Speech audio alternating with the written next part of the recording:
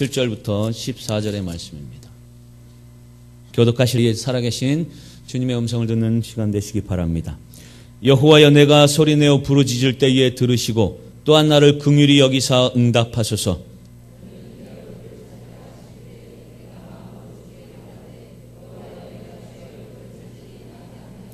주의 얼굴을 내게서 숨기지 마시고 주의 종을 노하여 버리지 마소서. 주는 나의 도움이 되셨나이다. 나의 구원의 하나님이시여, 나를 버리지 마시고 떠나지 마소서. 여호와여, 주의 도를 내게 가르치시고 내 원수를 생각하셔서 평탄한 길로 나를 인도하소서.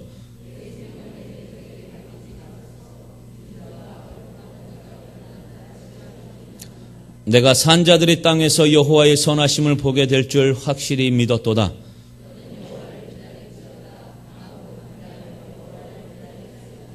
아멘. 이 시간 전체교구 목자분을 위해서, 각 지역을 위해서, 각 목장을 위해서 기도하실 때에 놀라운 은혜가 있는 능력의 목자들 될 수 있도록 여러분들 중보해 주시고, 저분들이 살아야 우리 목장이 살고 우리 교회가 살 수가 있습니다. 여러분들이 함께 하시면서 목원들이 살아갈 수 있는, 정말 주님 앞에 바로 설 수 있는, 그렇게 인도할 수 있는 우리 목자들 될 수 있도록 기도해 주시기를 축복합니다. 우리 옆에 계신 분하고 인사할까요? 오늘도 주님 때문에 행복하셨습니까? 꼭 인사하실 때 혼자 계시는 분들은요, 참 외롭습니다. 자, 축복합니다. 주님 안에서 행복하셨습니까? 아멘. 또 안 나오는데요. 오늘 하루 어떻게 지내셨습니까? 주님께서 늘 여러분과 동행하시는 줄로 믿습니다. 내 삶의 모든 형편과 처지를 아시는 주님께서 여러분들의 모든 것들을 인도하시고 함께 하셔서 늘 형통의 길로 인도하시는 줄로 믿습니다. 오늘 말씀의 제목은 여호와여 라고 하는 말씀의 제목으로 은혜를 나누고자 합니다. 가장 짧은 기도문이 있습니다. 성공회나 가톨릭 교회에서 하는 그 작은 짧은 기도문 중에 이것이 있습니다. 퀴리에 엘레이손이라고 하는 말이 있습니다. 주여 자비를 베풀어 주소서. 주여 우리를 불쌍히 여겨 주셔서라고 하는 말씀입니다. 기도문입니다. 한번 해볼까요? 퀴리에 엘레이손. 이건 라틴어입니다. 헬라어입니다. 헬라어인데 주여 자비를 베푸소서. 꼭 뭐 있는 척하면서 퀴리에 엘레이손 하지 않으셔도 됩니다. 주여 자비를 베푸소서. 주여 긍휼을 베풀어 주소서. 항상 기도하실 때, 기도 제목이, 기도 생각이 안 나실 때 이 기도를 드리실 수 있는 여러분들 되시기 바랍니다. 퀴리에 주여라고 하는 겁니다. 주님 그 이름 하나만 불러도 여러분들 어떻습니까? 마음에 감흥이 오지 않습니까? 아버지, 아버지, 아버지. 한 5번만 부르면 눈에서 눈물이 글썽글썽하고, 내게 베풀어 주신 은혜와 내게 베풀어 주신 그 은혜 때문에 정말 복받치는 그런 감정들이 많이 솟아나는 것을 볼 수가 있습니다. 이것은 저에게 일어나는 겁니다. 여러분들은 어떠십니까? 아버지 하나님의 이름을 부를 때 아버지여 주여, 그 주님을 부를 때 여러분들 안에 놀라운 역사가 있고 은혜가 있는 줄로 믿습니다. 출애굽한 이스라엘 백성들이 주여 하나님 여호와여를 부를 때 어떻게 했을까요? 그들은 앞으로 나아갔습니다. 광야와 같은 메마른 땅에서도 나아갈 수 있었고, 주님을 불렀을 때 목이 말라 힘들어했던 그 백성들에게 물이 내려왔고, 배고파했던 굶주려했던 그 백성들에게 만나가 내려왔습니다. 그러나 주님을 부르지 않고 자기들의 모습들을 바라보며 한탄하고 있을 때에는 그들은 떼약볕 아래에서 행군을 하면서 온갖 고난과 역경을 겪어야만 했습니다.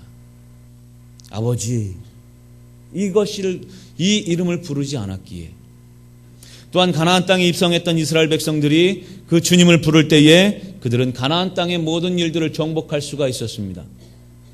모든 족속들을 정복하며 하나님의 나라로, 하나님의 그 약속하신 땅으로 들어갈 수 있었습니다. 그러나 그들이 주님을 부르지 아니하고 자기들의 모습들을 바라보았을 때 그들은 삶의 어려움 속에서 또한 허덕였습니다. 그래서 모세는 모압 평지에서 가나안 땅에 들어가서 살아야 하는 이스라엘 백성들에게 두 번째 율법을 선포하시면서 다음과 같이 네 가지의 핵심을 말씀했습니다. 첫 번째, 여호와 하나님만을 신앙하는 유일신 신앙을 가져라. 오직 주님만을 바라봐라. 그 땅에 많은 우상들 섬기지 말고 그것들 보지 말고 썩어져 없어질 것들 그러한 것들 바라보지 말고 오직 여호와 아버지 하나님만 바라봐라. 두 번째, 주님의 임재가 있는 곳, 여호와의 영광이 있는 곳, 오직 법궤가 있는 곳, 그곳에서만 예배를 드려라. 예배는 오직 한 곳, 예배의 단일화를 지켜라. 여러 곳에서 예배 드리지 말고 산당들이 아니라 하나님이 임재해 계신 곳에서만 예배를 드려라. 곧 중앙성소의 모습, 즉 예배의 단일화를 말씀을 했습니다. 그리고 세 번째로 가나안 땅에 있는 거민들을 배척해라라고 하는 것을 말씀했습니다. 이방 민족과 혼혈 결혼하지 말고 혹시라도 전쟁하는 일이 있을 때에는 헤렘이라고 하면서 선멸법을 하면서 그 땅 거민들 모든 전쟁의 기물들까지도 다 버려라, 없애버려라라고 시행해라라고 했습니다. 이것은 자기 자신들의 신앙의 순수성을 지키기 위해서 그렇게 이야기했습니다. 마지막으로 네 번째, 너희들이 그 땅에 들어가면 나그네와 고아와 과부를, 즉 사회적인 약자들을 보호하면서 그리고 안식년과 희년 등을 통해서 사랑과 정의의 공동체를 실현하라 라고 하면서 가르쳤습니다. 이것이 신명기 1장부터 마지막 장에 나와 있는 그 내용의 핵심입니다. 그것을 가르치면서 가나안 땅에 입성할 백성들에게 두 번째 율법을 선포하셨습니다. 율법의 핵심은 이것입니다. 오직 주의 말씀에 순종하고 주님만 바라봐라. 오직 주님만 바라봐라. 주님, 여호와라고 하는 그 이름을 그들은 너무나도 거룩하기에 죄 많은 인생들이 부를 수 없어서 여호와 하나님, 여호와라고 하는 말을 부르지 않았습니다. 쓰지 않았습니다. 아도나이. 랍비라고 하는 성경학자들이 그 성경을 기록해서 대필할 때에 이 거룩한 글씨 네 글자 아도나이 여호와라고 하는 글씨가 나올 때는 자기들의 행실을 푼 모든 것들을 다시 정결하게 하고 그 글자 네 글자를 또박또박 썼습니다. 감히 그 글자라도 여호와 아버지 하나님의 이름이기에 죄 많은 인생들이 그 입술에 올리는 것조차 힘들어했기에 그 여호와 아버지 하나님 여호와 이 이름을 아도나이라고 부르면서 그들의 행실을 돌아보았습니다. 이렇듯 주님의 이름을 불렀을 때 그들에게는 하나님의 은혜가 있었습니다. 오늘 본문도 보면 하나님을 전폭적으로 의지했던 다윗의 시다라고 하는 것을 알 수 있습니다. 하나님 중심의 순결한 신앙을 소유했던 이 다윗이 인본주의 세력이 득세하는 세상 속에 살면서 여러 상황들을 겪게 됩니다. 그중 악한 세력에 의한 부당한 도전이라고 하는 그의 삶의 정황 속에서 하나님의 얼굴을 구함으로써 위기를 극복하려고 하는 자기 자신의 신앙을 고백하기 위해 이 본문이 쓰여졌던 것을 볼 수 있습니다. 오늘 본문을 통해서 정말 일평생 악의를 품고 도전하는 대내외적인 적들과의 끊임없는 갈등, 그리고 극한 대립의 상황들 앞에서 다윗이 그 직면한 문제들을 어떻게 해결해 나가는지를 우리는 볼 수가 있습니다. 그것은 바로 이것입니다. 하나님 중심의 신앙이었다. 잘 아시는 구절 가운데 창세기 26장 25절 이삭의 신앙의 모습에 가장 핵심적인 본문이 나와 있는 것을 볼 수 있습니다. 이삭이 그곳에 제단을 쌓고 여호와의 이름을 부르고 거기 장막을 치고 이삭의 종들이 거기서도 우물을 받더라. 이삭이 가뭄든 흉년든 그 블레셋 땅 그랄 땅에서도 100배나 되는 소출을 얻을 수 있었던 것, 그것은 온전히 그가 하나님 중심의 삶을 살아갔기 때문입니다. 하나님 중심 그 모습이 있었기에 하나님께서는 그에게 놀라운 거부의 은혜와 놀라운 복이 그에게 있을 수 있었습니다. 여러분들은 삶 속에서 그러면 여러 가지 정황 속에서 누구를 가장 먼저 찾습니까? 아버지요.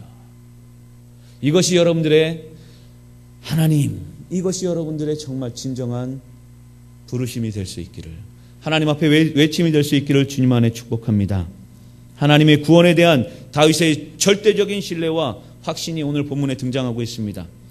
대표적인 표현 한번 볼까요? 10절 말씀 다 같이 읽어보겠습니다.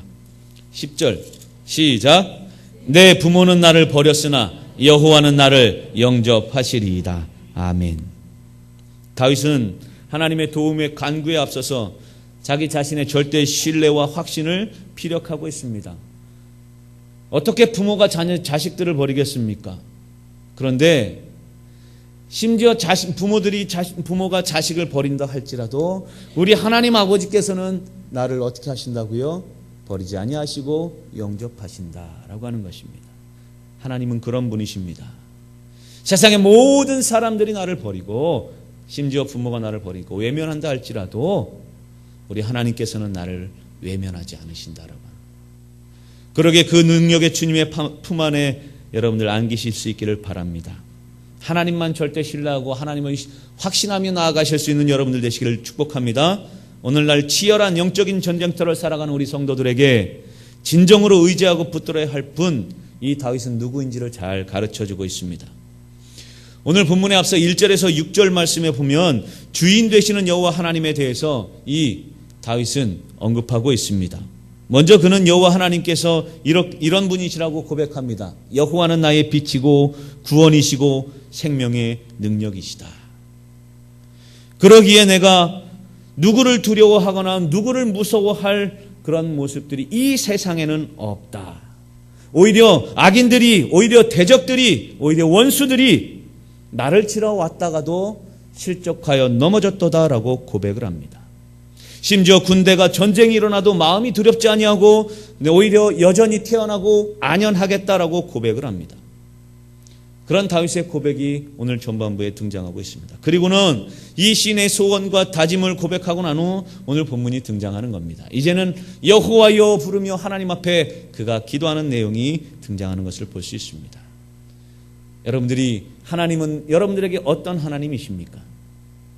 하나님을 정녕 여러분들의 생명의 능력과 빛과 구원으로 그렇게 간증하실 수 있는 여러분들 되시길 바랍니다. 내가 어려움 속에서 하나님은 이렇게 행하셨습니다. 내가 슬플 때 하나님께서는 내게 찾아오셔서 커다란 위로가 되어주셨습니다. 하나님은 내게 힘들 때에 찾아오셔서 손 내밀어 주셔서 내 위로자가 되셨습니다. 그런 모습이 있은 이후에 하나님 앞에 고백할 수 있는 여러분들 되시기 바랍니다. 그러면서 오늘 고백, 이 다윗이 당면한 고난 가운데서 하나님의 여호와 아버지 하나님을 향해서 응답과 구원을 간구하며 여호와의 은혜에 대한 확신과 여호와 아버지 하나님만을 사모할 것에 대한 회중들의 동참을 촉구하고 있습니다. 그런데 전반부에 충만하고 당당했던 이 다윗의 어조는 금방 사라지고 안타까운 상황에서 올려드리는 다윗의 애절한 외침이 오늘 본문에 등장하게 되면서 다윗에게 있어서 상황이 이렇게 변화되었다라고 하는 것을 깨달을 수가 있습니다. 그러나 이 변화된 상황 속에서도 하나님의 구원에 대한 강한 신뢰와 확신을 그는 보다 더 강조하면서 주님 앞에 나아가는 것 볼 수 있습니다. 그렇다면 오늘 본문을 통해서 이 밤에 우리에게 주신 하나님의 말씀을 깨닫고 들으실 수 있는 시간 되시기를 바랍니다. 먼저 7절 8절 말씀 함께 봉독하겠습니다. 7절 8절입니다. 시작. 여호와여 내가 소리내어 부르짖을 때에 들으시고 또한 나를 긍휼히 여기사 응답하소서. 너희는 내 얼굴을 찾으라 하실 때에 내가 마음으로 주께 말하되 여호와여 내가 주의 얼굴을 찾으리이다 하였나이다. 아멘. 오늘 이 본문의 7절 8절의 말씀은 이렇게 요약할 수 있습니다. 하나님은 내가 환난 날에 부르짖으면 응답하실 수밖에 없다라고 하는 겁니다. 다윗은 하나님의 약속의 말씀 곧 환난을 당하고 있는 자들에게 너희는 내 얼굴을 찾으라라고 하신 말씀을 기억합니다. 여기서 하나님의 얼굴을 찾는다라고 하는 것은 하나님의 은혜를 구한다라고 하는 말의 뜻입니다. 다윗은 이 약속의 말씀을 상기하고 하나님의 은혜를 지금 구하고 있습니다. 어떤 은혜를 구하고 있습니까? 특별히 다윗은 자신을 긍휼히 여겨달라고 간구합니다. 우리가 서두에 말씀했던 것처럼 퀴리에 엘레이손 아도나이 주여 여호와여 불쌍히 여겨 주옵소서. 자신의 힘으로는 자신을 둘러싸고 있는 그 대적들을 어찌할 수가 없습니다. 오직 하나님께서 자신을 긍휼히 여기사 도우시지 않는다면 나에게는 소망이 결코 없습니다. 고백하는 것입니다. 그래서 하나님께 자신을 긍휼히 여기사 자기 자신의 부르짖음을 들으실 것을 간구하고 있습니다. 특별히 다윗은 하나님이 자신의 부르짖음을 들으신다라고 하는 확신을 가지고 있었습니다. 그래서 우리가 읽었던 말씀처럼 10절에 내 부모는 나를 버릴지라도 여호와 하나님께서는 나를 영접하시겠습니다라고 하는 그러한 확신이 있었던 것입니다. 하나님의 언약에 신실하신 그 하나님이심을 깨달으며 정말 마음으로 느끼고 고백하고 있던 다윗의 모습입니다. 하나님께서 환난 날에 당신의 얼굴을 찾으라고 하신 것, 이것은 꼭 그렇게 하면 은혜를 베푸시겠다라고 하는 의미입니다. 그리고 하나님은 그 약속을 반드시 지키십니다. 약속은 꼭 실행하십니다. 왜 그럴까요? 하나님은 신실하시기 때문입니다. 말씀드렸던 것처럼 하나님이 한 번 약속하신 건 성취하기까지 그 기간이 언제 되든 꼭 하나님께서는 응답해 주십니다. 참고 인내하면서 여러분들이 그것을 받아내실 수 있기를 축복합니다. 그러므로 우리도 환난을 당할 때에는 하나님께 부르짖어야 할 줄로 믿습니다. 시편 50편 15절 말씀 찾아볼까요? 시편 50편 15절 말씀입니다. 찾으셨으면 아멘. 함께 봉독합니다. 시작. 환난 날에 나를 부르라. 내가 너를 건지리니 내가 나를 영화롭게 하리라. 아멘. 이사야 58장 9절에 또한 이렇게 이야기합니다. 내가 부를 때에는 나 여호와가 응답하겠고 내가 부르짖을 때에는 내가 여기 있다 하리라. 또한 신명기 4장 29절에도 이렇게 이야기합니다. 그러나 내가 거기서 내 하나님 여호와를 찾게 되리니 만일 마음을 다하고 뜻을 다하여 그를 찾으면 만나리라. 바라기는 여러분들이 환난이 있으십니까? 어려움이 있으십니까? 곤고가 있으십니까? 그러면 주님 앞에 부르짖으십시오. 그러면 분명히 주님께서는 우리에게 응답해 주실 줄로 믿습니다. 다윗은 이렇게 정말 주님 안에서 주님을 의지하는, 주님을 확신하는 그 믿음이 있었습니다. 그만큼 하나님의 약속이 확실하다라고 하는 것을 그는 깨달았습니다. 사랑하는 우리 방주교회 성도 여러분, 하나님께서 이렇게 확실하게 약속하셨는데 이렇듯 언약에 신실하시고 그 성품이 신실하신 하나님께서 그 약속을 지키시지 않으시겠습니까? 하나님은 우리가 환난 날에 부르짖으면 진정 응답하실 수밖에 없습니다. 우리 하나님은 우리가 부르짖을 때 응답하지 않고서는 못 견뎌 하실 것입니다. 이것이 바로 하나님의 성품이십니다. 그러므로 사랑하는 우리 성도 여러분, 환난 날에 처해 있습니까? 하나님의 약속에 의지해서 하나님 앞에 부르짖는 여러분들 되실 수 있기를 축복합니다. 우리의 환난 날에 하나님께 부르짖지 않는다면 그것은 하나님을 신뢰하지 않기에 하나님께 부르짖지 아니하는 것입니다. 하나님을 신뢰한다면 환난으로 인해서 고민하지 않습니다. 그 즉시 하나님께 부르짖습니다. 하나님 도와주십시오. 하나님 자비를 베풀어 주십시오. 그러나 이렇게 환난을 극복할 방법이 있는데도 그것을 사용하지 않는다면 그 자는 어리석은 자이거나 교만한 자이거나 하나님을 신뢰하지 않는 그러한 자 중에 하나일 것입니다. 여러분은 환난 날에 다 하나님의 얼굴을 찾는 지혜로운 하나님의 백성들이 되실 수 있기를 축복합니다. 시편 91편 15절에 이렇게 기록합니다. 그가 내게 간구하리니 내가 그에게 응답하리라. 그들이 환난 당할 때에 내가 그와 함께하여 그를 건지고 영화롭게 하리라. 부르짖을 수 있는 여러분 되시기를 축복합니다. 두 번째로 9절 말씀에 보면 우리에게 이런 교훈을 주십니다. 신앙의 동요가 생길 때에 과거에 베푸신 은혜를 기억하라 말씀합니다. 아버지여 라고 하면서 예전에 생각했던 것들, 예전에 베푼 은혜를 생각하라. 9절 말씀 다 같이 읽어볼까요? 시작. 주의 얼굴을 내게서 숨기지 마시고 주의 종을 노하여 버리지 마소서. 주는 나의 도움이 되셨나이다. 나의 구원의 하나님이시여 나를 버리지 마시고 떠나지 마소서. 아멘. 이런 다윗의 간구는 승리와 구원을 확신하는 6절의 내용과는 조금 사뭇 다릅니다. 6절 말씀 오늘 본문 바로 앞에 있는 거 읽어볼까요? 6절 시작. 이제 내 머리가 나를 둘러싼 내 원수 위에 들리리니 내가 그의 장막에서 즐거운 제사를 드리겠고 노래하며 여호와를 찬송하리로다. 아멘. 그죠?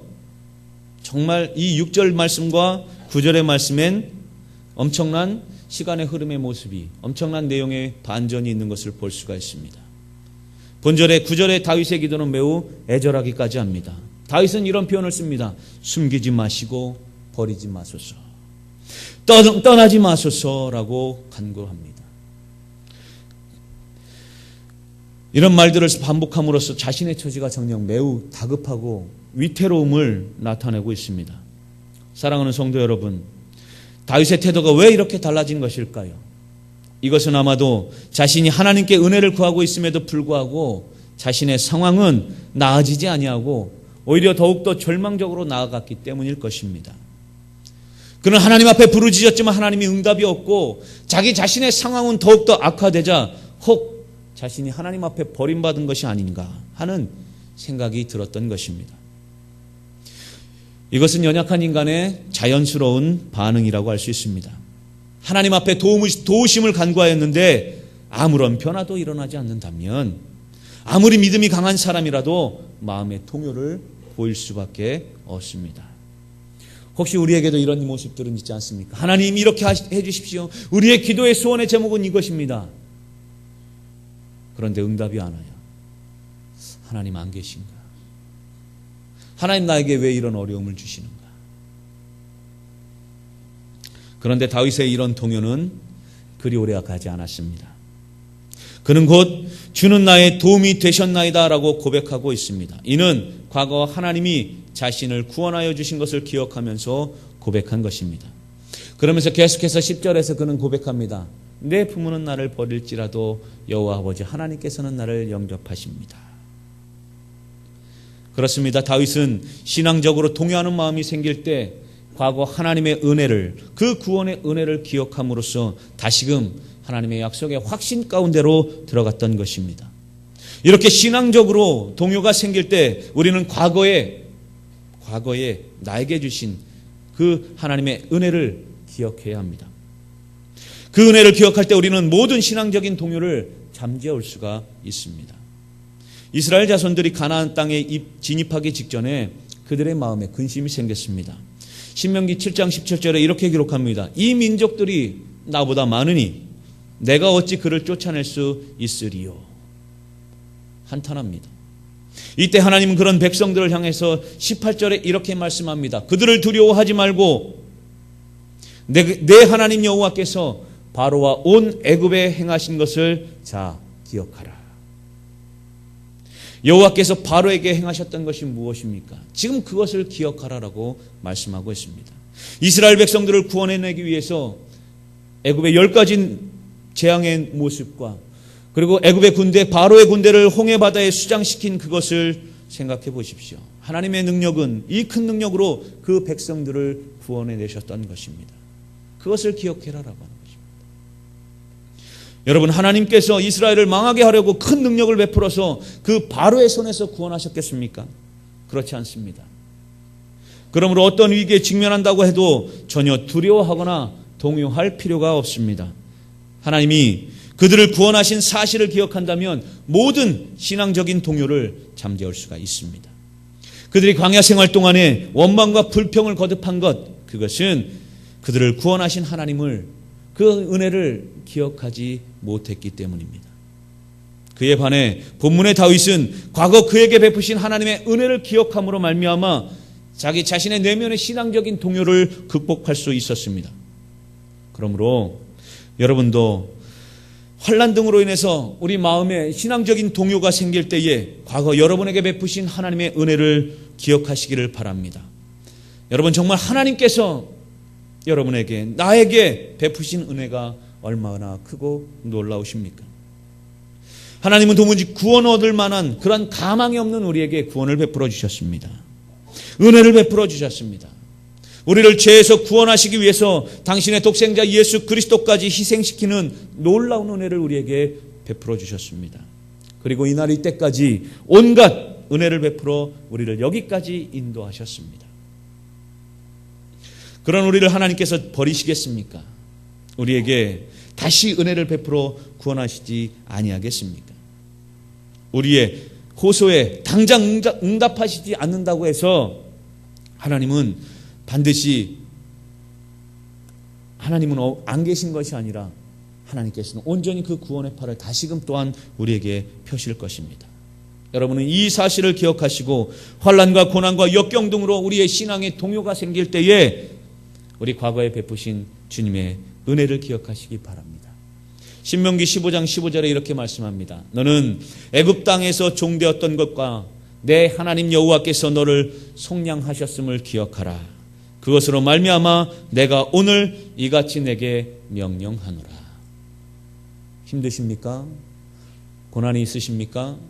과거에 나에게 베풀으셨던 하나님의 은혜로 힘을 내실 수 있기를 축복합니다.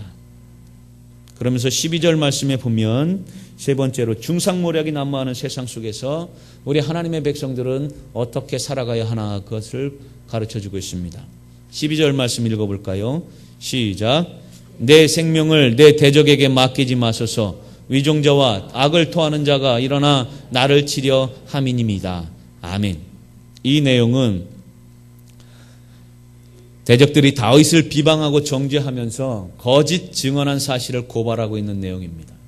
대적들이 이처럼 다윗에 대해서 거짓 증언한 것은 무엇 때문이었겠습니까? 다윗을 멸망시키기 위한, 다윗을 흔들기 위한 하나의 방법이었습니다. 대적들은 다윗을 해하기 위해서 근거 없는 비방을 일삼으면서 모함했습니다. 성경 기자는 이 본문이 압살롬 반역에 일어났을 때에 쓰여진 것이다 라고 하기도 하고요. 여러 가지 학설들을 주장합니다. 그런데 어떤 어려움 속에서도, 그런 모함 속에서도 다윗은 그것을 견디어냈습니다. 특별히 사무엘하 15장 3절에 보면 아들 압살롬이 반역하면서 이렇게 말을 합니다. 보라, 내 일이 옳고 바르다마는 내 송사를 들을 사람을 왕께서 세우지 아니하셨다라고 하면서 아버지를 비방합니다. 너희들의 억울함을 들어줄 사람이 없다. 아버지는 안 세웠다라고 하는 것입니다. 아버지의 왕권을 흔들고 있는 것을 볼 수가 있습니다. 그도 그럴 것이 그때 당시에 압살롬이 반역할 당시에 그에게는 세력이 있었습니다. 결국 다윗은 이런 악의적인 비방과 모함으로 인해서 코너로 몰리면서 애매하게 고난을 받을 수밖에 없었습니다. 그렇다면 여러분, 다윗은 이에 대해서 어떻게 대처했을까요? 그의 대처 방법은 보통의 사람들과 달랐습니다. 그는 대적들과 같은 방법을 사용하지 않았습니다. 다윗은 다만 오직 하나님께 모든 형편을 고백하면서 하나님께서 자신의 보호자가 되어주셔서 해결해 주실 것을 간구하였습니다. 우리가 살아가는 이 세상은 정말 정글의 법칙, 다시 말해 적자 생존의 논리가 적용되는 것입니다. 이런 의식을 가지고 있는 사람들은 어떻게 해서든지 자신의 유익을 챙깁니다. 그 목적을 달성하기 위해서 온갖 비방이나 거짓 증언도 서슴지 않습니다. 그래서 이렇게 어둠의 일을 주장하는 일들 속에 살아가는 하나님의 빛된 자녀들은 중상모략을 당할 수밖에 없습니다. 참으로 억울하게 고통을 당하기도 하는 것입니다. 이때 우리들은 무죄한 자로 고난받으신 우리 예수님을 바라보아야 할 줄로 믿습니다. 인류 역사상 예수님만큼 억울하게 고난받은 사람도 없습니다. 자기 땅에 오셨음에도 세상은 예수님을 외면하였습니다. 알지 아니하였고 그를 영접하지도 아니하였습니다. 오히려 세상은 예수님에게 신성모독죄라고 하는 것을 적용해서 예수님을 십자가에 못 박는 패역한 일을 하기도 했습니다. 이러한 억울한 일을 당하였음에도 불구하고 예수님은 12영이나 더 되는 천사들을 동원해서 그들을 징계하지 않으셨습니다. 오히려 도살장으로 끌려가는 어린 양과 같이 잠잠히 침묵하면서 나아갔던 것을 볼 수 있습니다.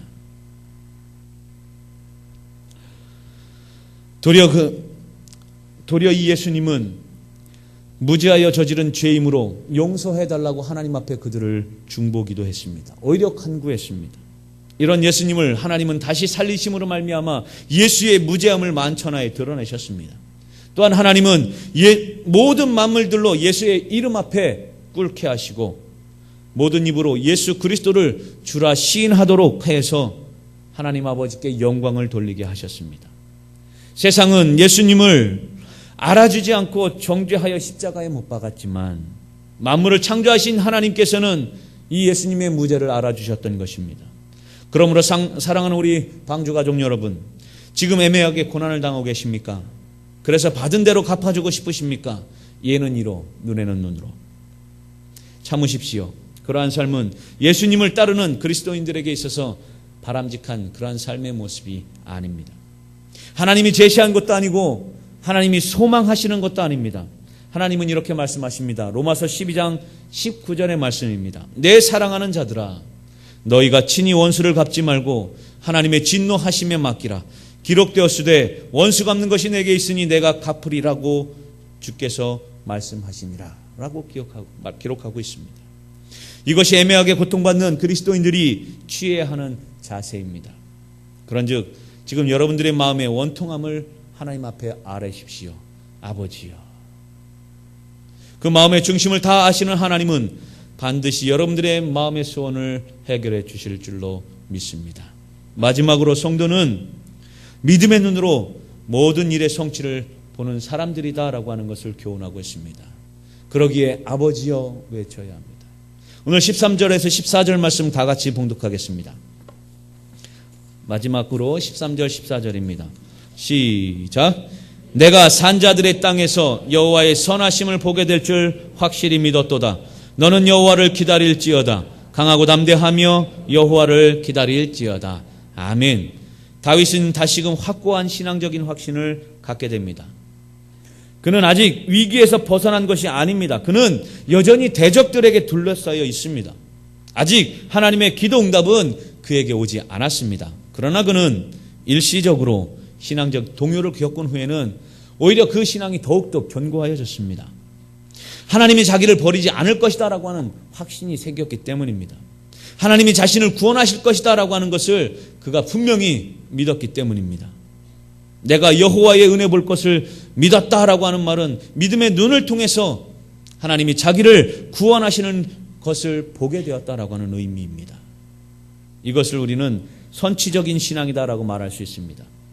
이렇게 성도는 믿음의 눈을 통해서 일의 성취를 보는 사람들입니다.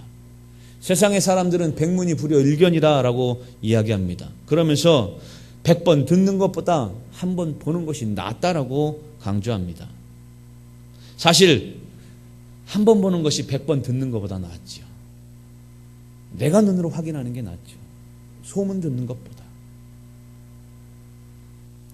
보는 것처럼 확실한 것은 없습니다. 자기 눈으로 확인해야 모든 것이 확실해집니다. 그래서 도마도 다른 제자들이 예수님이 부활하셨을 때에 이 도마도 이렇게 말합니다. 내가 그 손의 못자국을 보며 내 손을 그 옆구리에 넣어보지 않고는 내가 믿지 아니하겠다. 그러나 성도 여러분, 성도들은 비록 자기 육신의 눈으로는 보지 못한다고 해도 아직 이루어지지 않은 미래의 일이라고 해도 우리에게는 신앙의 눈이 있습니다. 이 믿음의 눈을 통해서 그 성취를 볼 수 있어야 합니다. 성도들에게 믿음이 있다면 그것은 얼마든지 가능한 일입니다. 믿음이라고 하는 말에는 보지 못하고 아직 이루어지지 않았지만 그것이 이미 이루어진 것으로 본다라고 하는 의미가 있습니다. 이와 관련해서 히브리서 기자는 이렇게 말합니다.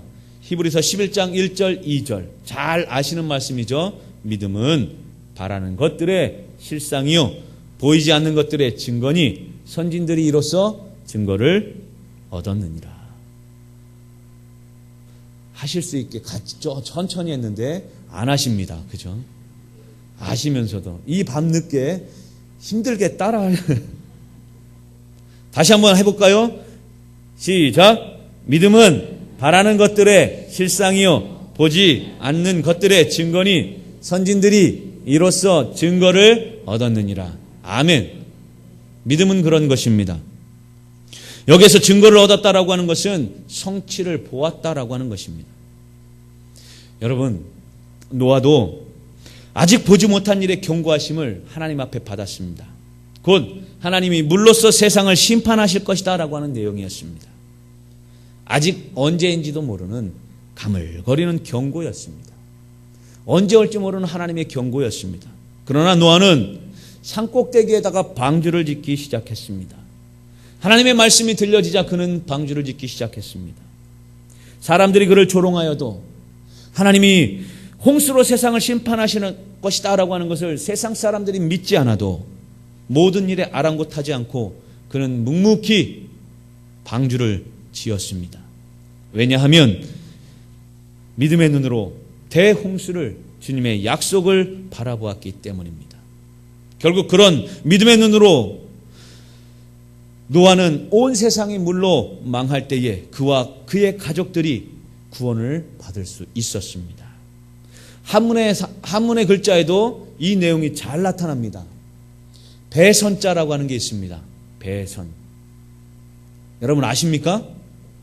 한문은 요즘 친구들은 한문을 잘 모르더라고요. 배선. 배주자 옆에다가 배주자 옆에 8팔자 밑에 입구자입니다. 해석해 볼까요? 배로 들어간 8개의 입입니다. 큰 배, 선박 탈 때 그 큰 배를 뜻하는 단어가 배선자입니다. 그런데 그 선자에 배에 들어간 8개의 입, 노아의 가족을 말합니다. 놀랍죠? 한문에 그런 글자가 들어가 있습니다. 그렇습니다. 그렇게 믿음의 눈을 통해서 노아는 그 하나님의 약속을 바라보았습니다. 그래서 그는 구원을 얻었습니다. 사랑하는 우리 방주가족 여러분, 우리도 이런 노아와 같은 믿음의 눈을 소유하실 수 있는 여러분들 되시기를 축복합니다. 정말 주님 안에서 이 노아와 같이 하나님께서 약속으로 주신 것들의 모든 성취들을 미리 맛보시고 보실 수 있는 여러분들 되시기를 바랍니다. 그런 눈을, 믿음의 눈을 여러분들 가실 수 있기를 바랍니다. 마치 하나님의 약속은 좋은 씨앗과도 같습니다. 사람들은 좋은 씨앗을 볼 때 그것을 심으면 싹이 나고 자라서 많은 열매를 거둘 것이다 라고 하는 것을 의심하지 않습니다. 농부는 봄에 씨앗을 심으면서 벌써 가을이 올 것을 기대합니다. 그러면서 그 속에서 풍성한 열매를 바라봅니다. 가을에 풍성한 결실을 벼지 못하면서 씨앗을 심을 수가 없기 때문입니다. 그와 마찬가지로 하나님의 약속은 이미 그 성취를 잉태하고 있습니다. 하나님의 약속은 반드시 성취됩니다. 그러므로 우리에게 믿음만 있다면 하나님의 약속만으로도 이미 그 성취를 볼 수 있는 것입니다. 그렇습니다. 우리의 믿음의 눈으로 일의 성취를 볼 수 있는 진정한 하나님의 백성들, 그리스도의 성도들이 되시기를 바랍니다. 하나님은 특별히 우리에게 천국의 구원의 약속을 주셨습니다. 우리는 이 약속이 이미 이루어진 것으로 보고 기뻐할 수 있어야 하겠습니다.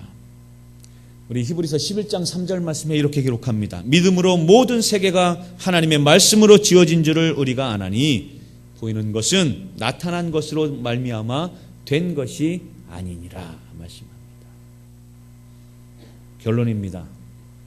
사랑하는 우리 방주교의 모든 성도 여러분, 하나님은 자기를 찾는 자에게 은혜와 자비를 베푸십니다. 주님께 부르짖으십시오. 어떤 환난이나 곤고가 있습니까? 그런 환난 속에서도 외치시기 바랍니다. 여호와여. 과거의 은혜를 생각하십시오. 그러면서 외치십시오. 하나님 앞에 맡기실 수 있는 여러분들 되시기 바랍니다. 그리고 믿음의 눈으로 보십시오. 그러면서 외치십시오. 주여, 자비를 베푸소서. 여호와여, 도와주십시오. 주님께서 여러분들에게 은혜를 베풀어 주실 줄로 믿습니다. 우리 찬양 하나 할까요? 우리들의 고백을 담아봅시다. 아버지 사랑합니다. 우리 아버지의 이름을 한번 불러봅시다. 그리고 기도하겠습니다.